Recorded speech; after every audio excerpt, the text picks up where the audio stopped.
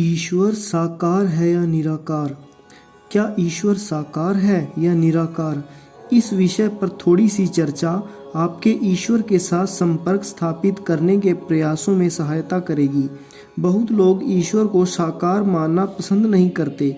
वे अनुभव करते हैं कि मानवाकार धारणा उन्हें सीमित कर देती है।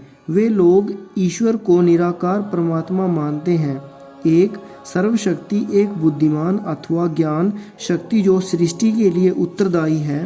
परंतु यदि हमारे सृष्टिकर्ता निराकार है तो उन्होंने मानव जाति की उत्पत्ति क्यों कर की?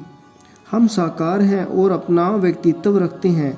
हम सोचते हैं, अनुभव करते हैं और इच्छा शक्ति का प्रयोग करते हैं, और ईश्वर ने हमें न केवल दूसरों के विचारों और भावनाओं को समझने की शक्ति दी है, अपितु उनकी प्रतिक्रिया व्यक्त करने का समर्थ भी दिया है। निसंदेह प्रभु उस पारस्परिक आदान प्रदान की भावना से रहित नहीं है जो उनकी सृष्टि को अनुप्राणित करती है। जब भी हम चाहते हैं, हमारे परमपिता हम सबके साथ व्यक्तिगत संबंध स्थापित कर सकते हैं और करेंगे। भगवान के निराकार स्वरूप पर विचार करते हुए हमसे यह धारणा बनती है कि वे एक दूरस्थ सत्ता है जो हमारे द्वारा अर्पित की गई प्रार्थनाओं का प्रत्युत्तर दिए बिना केवल उन्हें ग्रहण करते हैं, जो सर्वज्ञ है किंतु फिर भी हृदयहीन मौन धारण किए हुए है। परंतु यह एक दार्शनिक स्थूल है, क्योंकि ईश्वर सभी कुछ है, साकार भी है और निराकार भी। उन्होंने समस्त मानव जाति की सृष्टि की है। उनके सृष्टिकर्ता पूर्णतः निराकार नहीं हो सकते। यह विचार है कि ईश्वर मनुष्य का रूप धारण कर हमारे पास आ सकते हैं और हमसे वार्तालाप कर सकते हैं, हमारे हृदयों की एक गहन आवश्यकता को तृप्त करता है। प्रभु सबके लिए ऐसा क्यों नहीं करते? बहुत से संतों ने उनकी वाणी को सुना है। आप ऐसा क्यों नहीं कर सकते?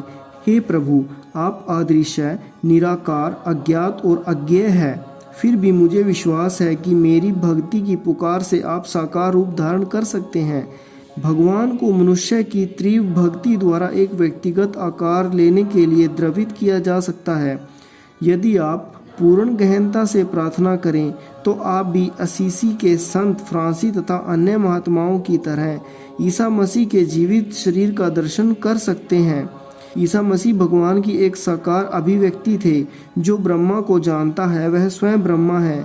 क्या क्राइस्टर ने नहीं कहा था, मैं और मेरे पिता एक रूप हैं?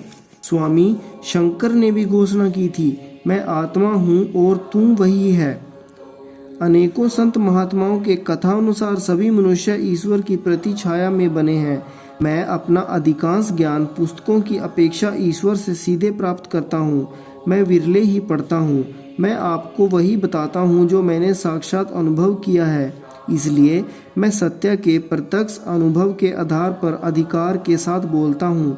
सारे संसार का मत इसके विरुद्ध हो सकता है, परंतु प्रत्यक्ष अनुभव के प्रमाण को अंत में सदैव ही मान लिया जाएगा।